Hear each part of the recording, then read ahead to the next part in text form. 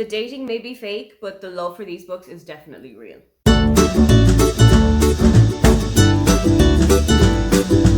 Hi, welcome, come on in. My name is Aoife, and today I am taking you through some of the fake dating books that are still on my TBR. Fake dating is one of my favorite tropes, if not my all-time absolute favorite romance trope. I don't know what it is about it. I think it's just the idea of them truly pining for each other, falling in love with each other, starting to see like everybody thaw and the ice thaw between the two of them, but they still feel like this is all for show. They still feel like they are only doing this because they feel like they have to, or they feel like they will get something out of it at the end, apart from getting like a loving relationship. I don't know why, if fake dating is one of my favorite tropes, there's so many of these still on my TBR, but that is truly just the way the cookie crumbles. First one up is First Comes Like by Alicia Rye. This is the third book in the Modern Dating series, and I have already read the first two, and I don't know why I haven't gotten to the third one, particularly because, as I've said, it's got my favorite trope in it, so you'd feel like I'd be rushing out to get onto it. It follows Jai and Dave. Jai is a Muslim woman. She wants to overtake the world of makeup. She wants to be a fashion influencer and a makeup influencer, and she notices one day that Dave has slid into her DMs, which is a little surprising because Dave is a huge Bollywood star. She doesn't think that he's going to even know her name, and it turns out that that's correct. She's actually been catfished by somebody else pretending to be Dave, but when she brings this up to him, he notices that this might be a really great way for him to develop his career and to further boost his popularity and maybe to break into more mainstream Hollywood media. And also, Jai is seeing this as a great opportunity to get her name out in the world as a beauty influencer, so the two of them pair up to kind of bring each other a little bit of a benefit. Next up is a truly Marmite book, and that is The Spanish Love Deception by Elena Armas. I've had this on my TBR for such a long time, and I think genuinely the reasons I haven't gone for it is because it's so polarizing. There's so many people out there who've loved it. There's so many people out there who never want to touch it again. This book is kind of fake dating meets enemies to lovers, and you're following Catalina, who is going back to Spain for a family wedding and feels like she has to bring somebody as a date with her. Her whole family are just going to sit her down and ask her, what is wrong with you? Why haven't you gotten married yet? When are you going to give us a wedding? When are you going to have kids? All of the questions that you get when you're in the late 20s and early 30s and you're not matched up yet.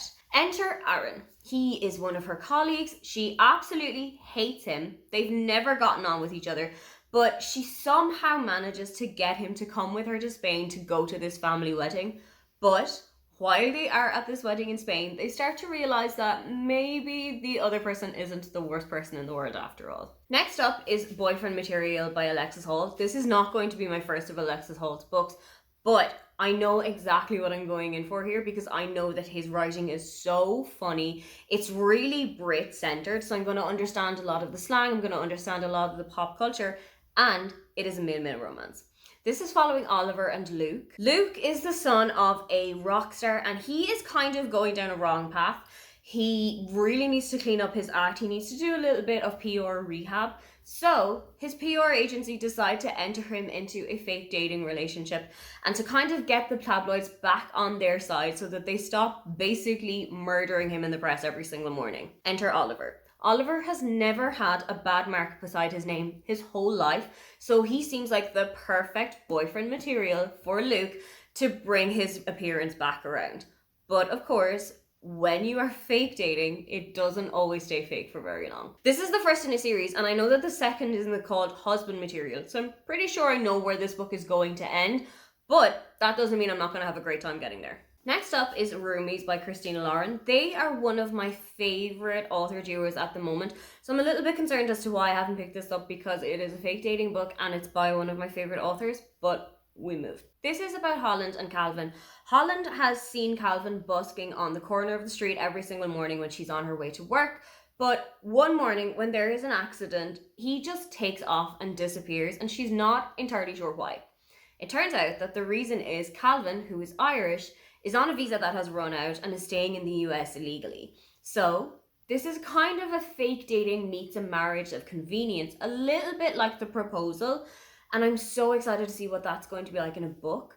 I'm really interested as well to see what Calvin's Irishness is going to be portrayed as, because I am a little bit apprehensive about how non-Irish authors portray Ireland as a whole, but also Irish characters. Let's go into it with an open mind and let's see what they actually do with this. Next up is Never Fall for Your Fiancé by Virginia Heath. This is a historical romance, and historically, those and I have never really gotten on very well, but I found this as a 99-cent Kindle deal and I thought, you know what, let's just give it a try.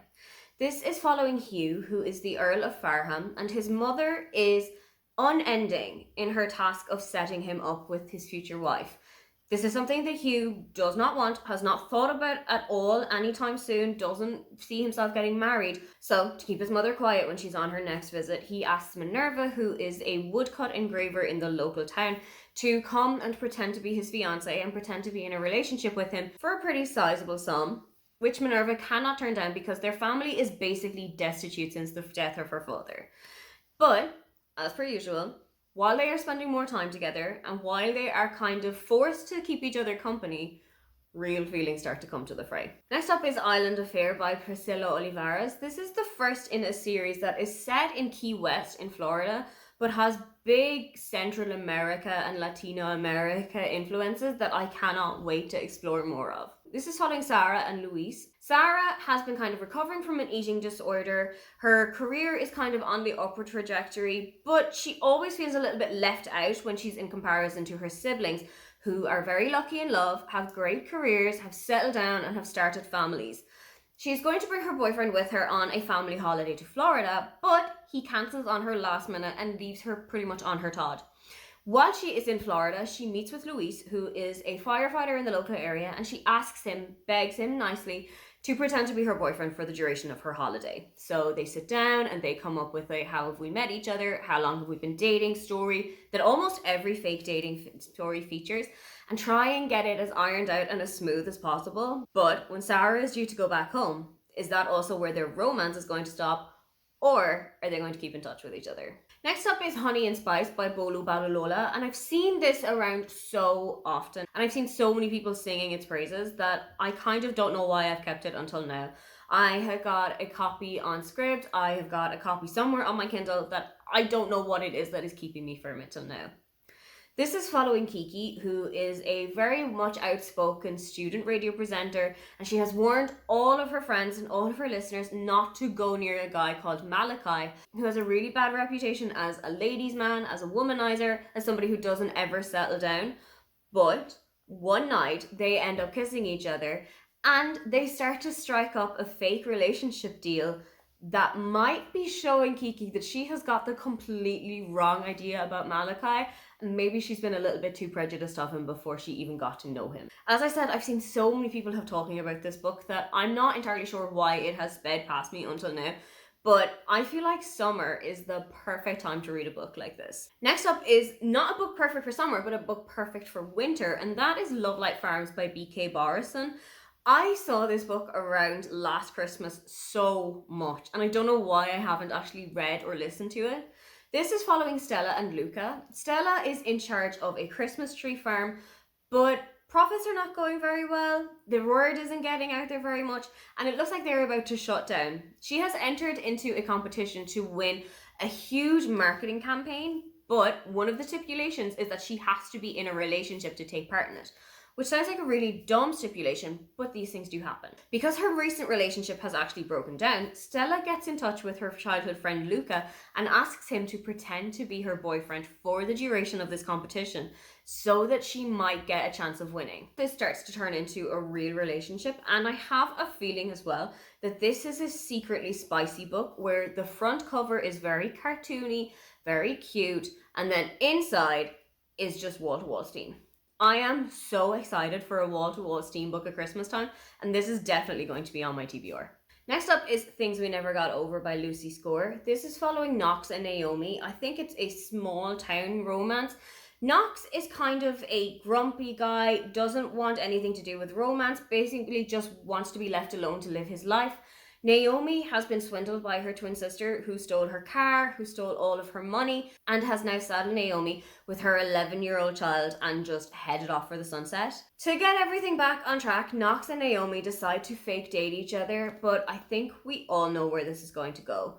I think this is another secretly spicy book. I've heard a couple of whispers that this has got some pretty steamy scenes in it.